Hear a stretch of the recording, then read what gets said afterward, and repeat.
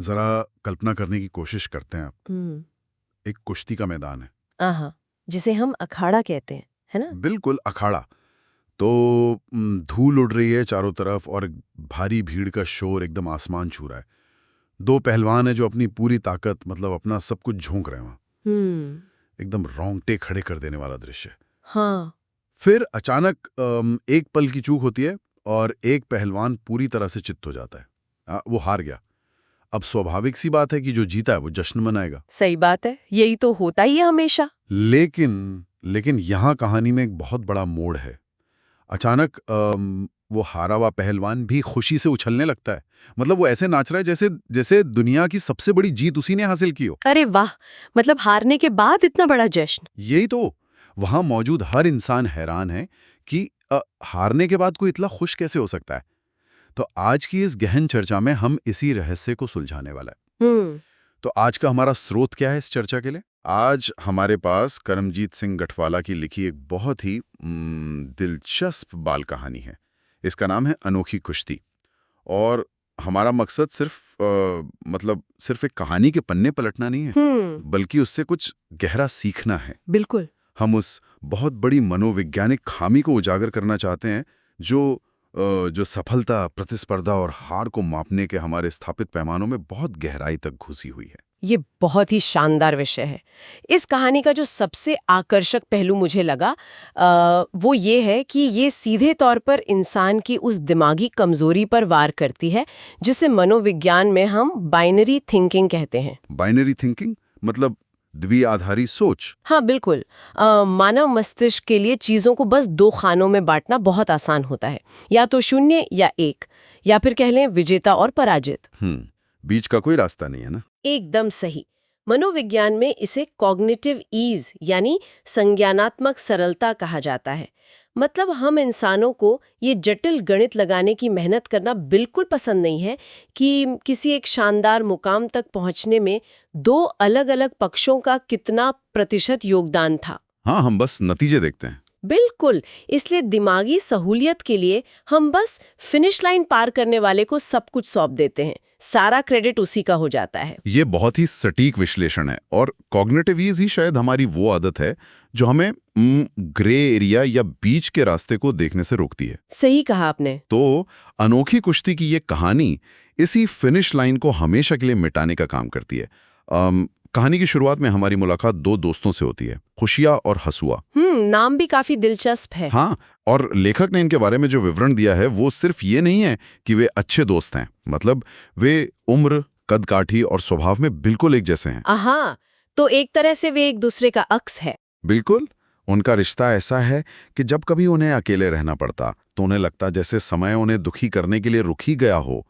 मतलब ऐसा लगता है जैसे वे दो शरीर और एक जान हो। पता है, इस तरह के विवरण के पीछे एक बहुत स्पष्ट उद्देश्य होता है। कैसा उद्देश्य? देखिए, लेखक जानबूझकर इस गहरी समानता को स्थापित कर रहा है ताकि आगे चलकर जब प्रतिस्पर्धा का विषय उठे तो ये स्पष्ट हो सके कि ये दोनों एक दूसरे से मुकाबला करने के लिए नहीं बने हैं, बल्कि एक दूसरे के पूरक के रूप में देखे जाते हैं। बिल्कुल। अक्सर समाज में लोग खुद को दूसरों से अलग और बेहतर दिखाकर अपनी पहचान बनाते हैं, लेकिन इसके विपरीत खुशियां और हसुआ की पहचान उनकी एकता से ही बनती है। और यही एकता उन्हें एक दिन अपना गांव छोड़कर दुनिया देखने के लिए प्रेरित करती है। वे अपने सफर पर निकलते हैं, एक नए रोमांच की तलाश में। हाँ, जंगलों, नदियों और कई गांवों को पार करते हुए वे एक ऐसी जगह पहुंचते हैं जहां बहुत भारी भीड़ जमा है। वहां एक बड़ा अखाड़ा तैयार है। कुश्ती का अखाड़ा। जी। पूरा गांव बाघा और शेरा नाम के दो मशहूर पहलवानों की कुश्ती देखने के लिए उमड़ पड़ा है। मतलब अखाड़े का ये दृश्य भी अपने आप में एक रूपक है। एकदम सही कहा आपने। अखाड़ा जो है ना, वो समाज की उस बुनियादी प्रतिस्पर्धा का सबसे आदिम प्रतीक है, जहां ताकत, रणनीति और धैर्य का सीधा परीक्षण होता है। जहां कोई छुप नहीं सकता है ना? बिल्कुल नहीं छुप सकता। आपकी हर कमजोरी और हर ताकत उस अखाड़े की मिट्टी में सबके सामने आ जाती है। ये बहुत ही क्रूर लेकिन पारदर्शी जगह होती है। तो कुश्ती शुरू होती है और मैं बताना चाहूंगा कि ये कोई आम मुकाबला नहीं है। बाघा और शेरा के बीच जबरदस्त टक्कर हो रही है। एकदम बराबरी का मुकाबला रहा होगा। हाँ, जब भी कोई दाव लगाता है तो भीड़ में तालियों की बौछार होने लगती है। जब वे एक दूसरे के खतरनाक दांव-पेचों से बचते हैं तो ऐसा शोर मचता है जैसे आसमान ही फट पड़ेगा। दर्शक भी पूरी तरह से उसमें डूब गए होंगे। बिल्कुल, काफी देर तक कुश्ती चलती रहती है, कोई भी कमजोर पड़ने को तैयार नहीं है। अगर हम इसे थोड़ा आधुनिक संदर्भ में देखें तो ये विंबलडन के उस फाइनल मैच की तरह है जो 5वें सेट के टाई ब्रेकर तक पहुंच गया हो। अरे हाँ, जहाँ दर्शक कुर्सियों के किनारे बैठे रहते हैं, सांसें थामे हुए। एकदम वही माहौल। दोनों तरफ के खिलाड़ी अपना खून पसीना एक कर चुके होते हैं, कोई हार मानने को राजी नहीं। यहाँ उस टाई ब्रेकर वाले पल का मनोविज्ञान समझना बहुत जरूरी हो जाता है। जब कोई मुकाबला इतना कड़ा और बराबरी का होता है तो दर्शक असल में सिर्फ स्कोर का मजा नहीं ले रहे होते। तो वे किस चीज का मजा ले रहे होते हैं? वे उस फ्रिक्शन या घर्षण का आनंद ले रहे होते हैं। वे उस चरम उत्कृष्टता को देख रहे होते हैं जो दोनों पहलवानों की ताकत आपस में टकराने से पैदा हो रही है। मतलब एक स्पार्क पैदा होता है दोनों के टकराने से। बिल्कुल। एक शानदार खेल तभी मुमकिन है जब सामने वाला प्रतिद्वंदी आपको आपकी अंतिम सीमा तक धकेल दे। बिना कड़े प्रतिद्वंदी के कोई महान खेल हो ही नहीं सकता। ये बात तो बिल्कुल 100% सही है। लेकिन तभी उस खेल में वो मोड़ आता है जो हमारी आज की इस चर्चा का मुख्य बिंदु है। हाँ, कुछ अनहोनी हो जाती है क्या? हाँ, मतलब मुकाबला बिल्कुल बराबरी का चल रहा था, लेकिन एक पर ऐसा आता है जहां शेरा का ध्यान जरा सा भीड़ की तरफ चला जाता है। बस पलक झपकने भर की देरी होती है। ओ, 1 सेकंड की चूक। बस 1 सेकंड। बाघा जो पूरी तरह से एकाग्र था वो इस 1 सेकंड की चूक का फायदा उठाता है और ऐसा दाव लगाता है कि शेरा सीधा चित हो जाता है। खेल खत्म, बाघा जीत जाता है। ये वाकई सोचने वाली बात है। वो एक क्षणिक चूक थी।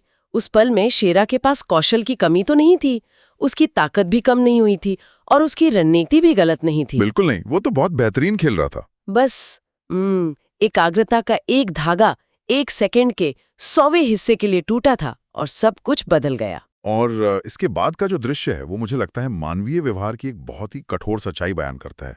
कैसा दृश्य, क्या होता है उसके बाद? जैसे ही बाघा जीतता है, आसमान तालियों से गूंज उठता है। बाघा खुशी के हमारे कुलांचे भरने लगता है, लोग उसे अपने कंधों पे उठा लेते हैं। वो पल भर में उस गांव का महानायक बन जाता है। विजेता की तो पूजा होती ही है हमारे समाज में। हाँ, लेकिन दूसरी तरफ शेरा है। वो उदास होकर अखाड़े के एक तरफ बैठ जाता है। वो मन ही मन सोच रहा है, मैंने भी तो अपनी तरफ से कोई कसर नहीं छोड़ी। बेचारा इतनी मेहनत के बाद भी खाली हाथ। वही तो। लेकिन उस भारी भीड़ में कोई एक व्यक्ति भी उसकी परवाह नहीं करता। वो इतनी शानदार कुश्ती लड़ने के बावजूद पूरी तरह से अदृश्य हो जाता है। ये सुनकर थोड़ा दुख होता है, लेकिन ये दृश्य हमारे समाज के जीरो सम गेम वाले नजरिए की सबसे स्पष्ट तस्वीर पेश करता है। जीरो सम गेम, थोड़ा इसे समझाएंगी? हाँ बिल्कुल। जीरो सम गेम का मतलब है एक ऐसी स्थिति जहां एक की जीत का अनिवार्य अर्थ है दूसरे का पूरी तरह से शून्य या महत्वहीन हो जाना। मतलब अगर एक जीता तो दूसरी की कोई वैल्यू नहीं रही। बिल्कुल। अब देखिए, शेरा ने बाघा को उस उत्कृष्ट स्तर तक पहुंचने के लिए मजबूर किया था। अगर शेरा ने इतनी कड़ी टक्कर नहीं दी होती तो बाघा की जीत में इतना रोमांच ही नहीं होता। हाँ, वो जीत बहुत ही फीकी होती फिर तो। सही कहा। लेकिन समाज ने शेरा की कला, उसकी बरसों की मेहनत और उस दिन के उसके शानदार प्रदर्शन को सिर्फ उस एक पल के चूक के कारण कूड़ेदान में डाल दिया। मतलब पूरी मेहनत 1 सेकंड में जीरो हो गई। यही तो त्रासदी है। हम प्रक्रिया को शून्य मान लेते हैं और केवल परिणाम को 100% अंक दे देते हैं। इस बिंदु पे मैं थोड़ा पीछे हटना चाहूंगा और एक सवाल उठाना चाहूंगा जो शायद बहुत लोगों के मन में आ रहा होगा। हाँ बिल्कुल, पूछिए। क्या ये व्यवस्था पूरी तरह से गलत है? मेरा मतलब है, दुनिया का विकासवाद या एवोल्यूशन का नियम ही सर्वाइवल ऑफ द फिटेस्ट पर आधारित है ना?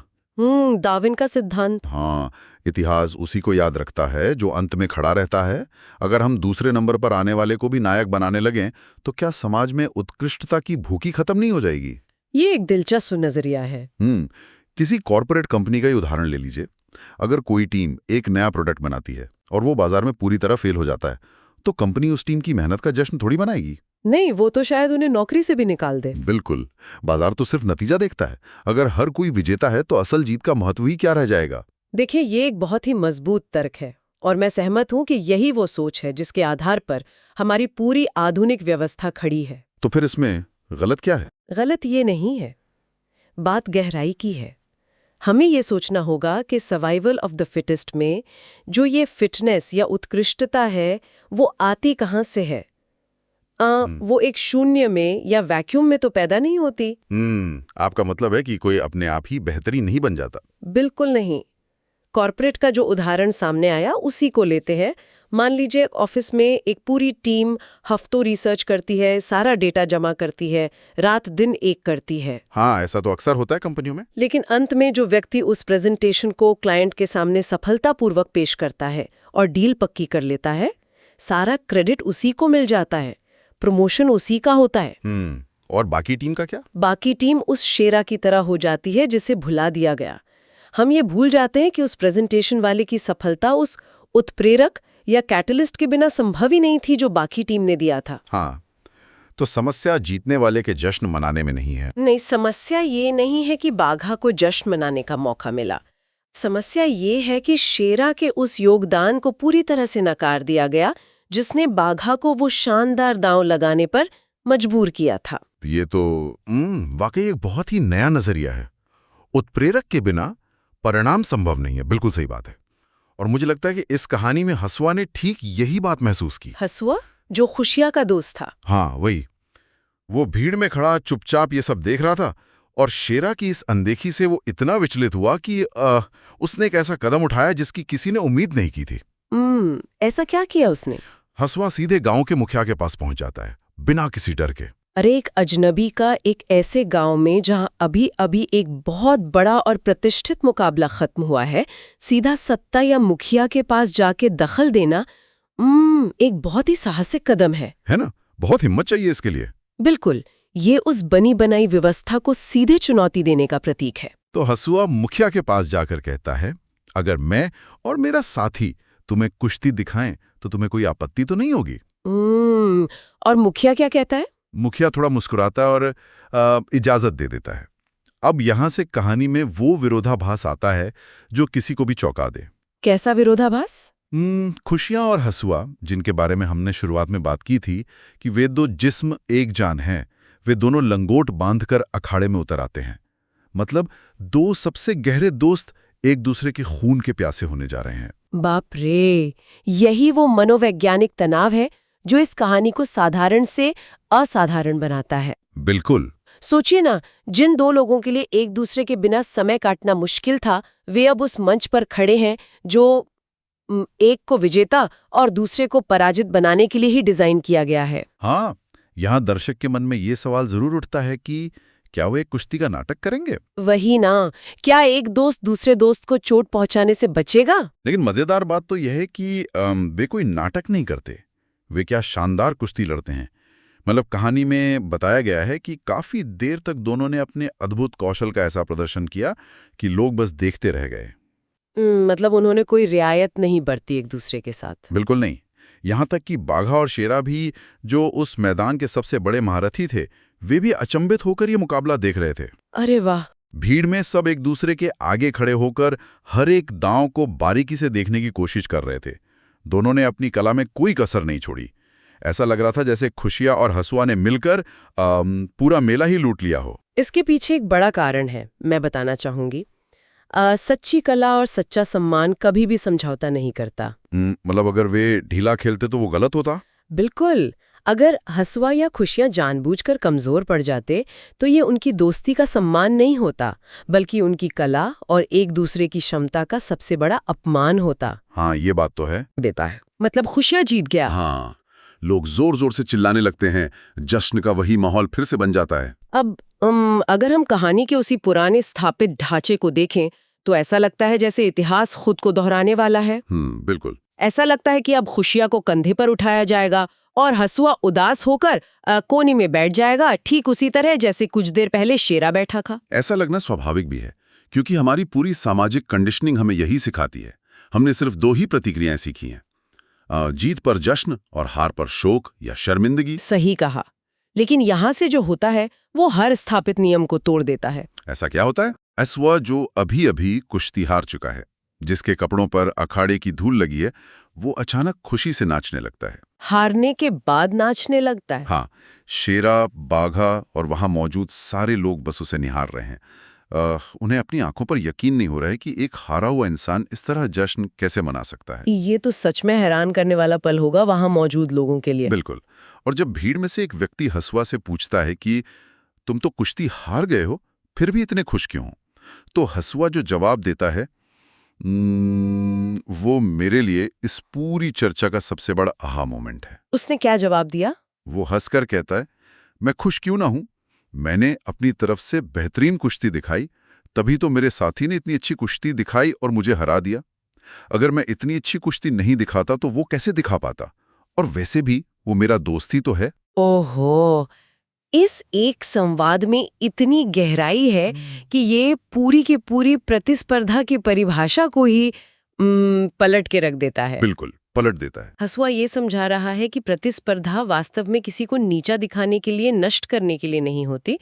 यह एक दूसरे को उनकी उच्चतम क्षमता तक धकेलने की एक प्रक्रिया है।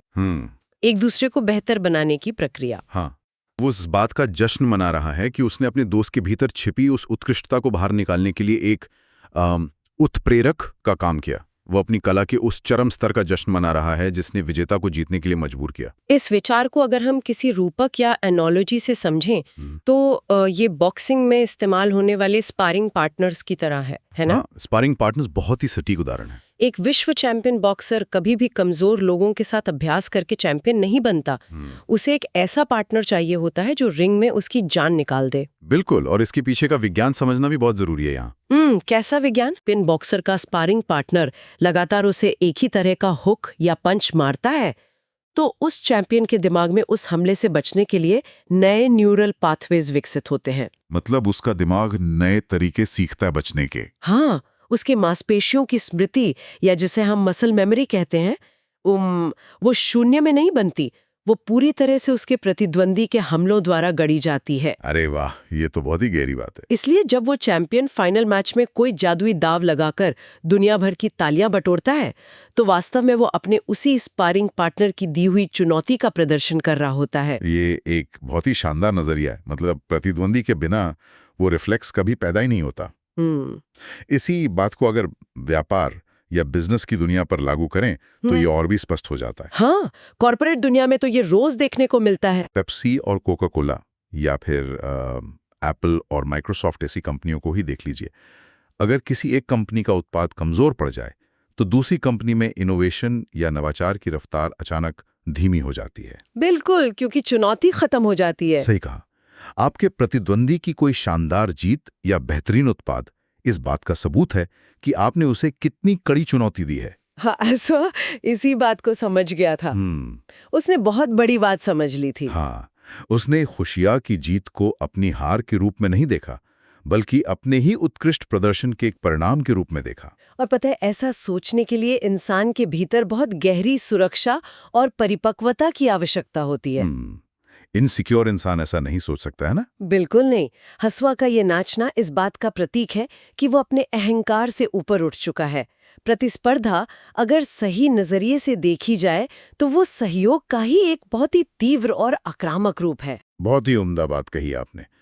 तो अब सवाल ये उठता है कि क्या ये सिर्फ एक बहुत ही सुंदर दार्शनिक विचार है या इसका जमीनी स्तर पर, मतलब हमारी व्यवस्था पर कोई असर भी हो सकता है? ये एक बहुत ही व्यवहारिक सवाल है। कहानी का अंतिम हिस्सा हमें इसका एक बहुत ही प्रभावशाली जवाब देता है। हसुआ की इस बात का असर सिर्फ उस भीड़ पर नहीं पड़ता, बल्कि उस व्यक्ति पर पड़ता है जिसके हाथ में सत्ता है, यानी गांव का मुखिया। जी हाँ, गांव का मुखिया। ये एक बहुत ही महत्वपूर्ण पड़ाव है कहानी का। हाँ, हम व्यक्तिगत स्तर पर तो ऐसी बातें समझ जाते हैं, लेकिन समाज में कोई भी बदलाव तब तक स्थायी नहीं होता जब तक वो व्यवस्था या सिस्टम का हिस्सा न बन जाए। मतलब जब तक नियम न बदलें तब तक कुछ नहीं बदलता। बिल्कुल, जब तक संस्थाएं अपने इनाम देने के तरीके को नहीं बदलती तब तक लोगों की सोच पूरी तरह से नहीं बदल सकती। और मुखिया ठीक यही करता है। हसुआ के शब्दों ने उसके सोचने का तरीका ही बदल दिया है। वो समझ जाता है कि किसी भी उत्कृष्ट प्रदर्शन में दोनों पक्षों का बराबर योगदान होता है। तो वो क्या करता है फिर? परिणाम स्वरूप जब इनाम बांटने की बारी आती है तो मुखिया एक ऐतिहासिक फैसला लेता है। वो केवल जीतने वाले बाघा को ही नहीं, बल्कि हारने वाले शेरे को भी बुलाकर बराबर का सम्मान और इनाम देता है। अरे वाह, ये तो सच में व्यवस्था में बदलाव है। इतना ही नहीं, खुशिया और हसुआ को, जिन्होंने पूरे गांव को ये बड़ा सबक सिखाया था, उन्हें कई दिनों तक गांव का खास मेहमान बनाकर रखा जाता है। मुखिया का ये कदम शेरा की उस मायूसी का सबसे बड़ा जवाब है जो उसने कहानी के दूसरे हिस्से में महसूस की थी। हाँ, जब वो अकेला उदास बैठा था। बिल्कुल, ये व्यवस्था द्वारा दी गई एक स्वीकृति है जो कहती है, हाँ, हमने देखा कि तुमने अपनी तरफ से कोई कसर नहीं छोड़ी थी, तुम्हारी मेहनत अदृश्य नहीं थी। ये बहुत ही सशक्त संदेश है। जब एक सत्ता इस बात को स्वीकार कर लेती है कि मेहनत और प्रयास का मूल्य सिर्फ अंतिम परिणाम या स्कोरबोर्ड पर निर्भर नहीं करता, हाँ, तो एक कहीं अधिक स्वस्थ और प्रगतिशील समाज का निर्माण होता है। ये कहानी सचमुच दिल को छू लेने वाली है। अनोखी कुश्ती, जो अखाड़े की धूल और शोर शराबे से शुरू हुई थी, वो अंततः समानुभूति और उत्कृष्ट प्रयासों के सम्मान पर आकर पूरी होती है। बहुत ही खूबसूरत सफर रहा इस कहानी का। खुशिया और हसवा की ये यात्रा सिर्फ कुश्ती के दांव पेचों की कहानी नहीं है। ये हमें ये सिखाने की कहानी है कि सच्ची जीत दूसरे को हराने और उसे अदृश्य कर देने में नहीं है। तो किसमें है सच्ची जीत? सच्ची जीत तो अपने और अपने सामने वाले के भीतर से उस सर्वश्रेष्ठ क्षमता को बाहर निकालने में है, जो शायद संघर्ष के बिना कभी बाहर ही नहीं आती। एकदम सही।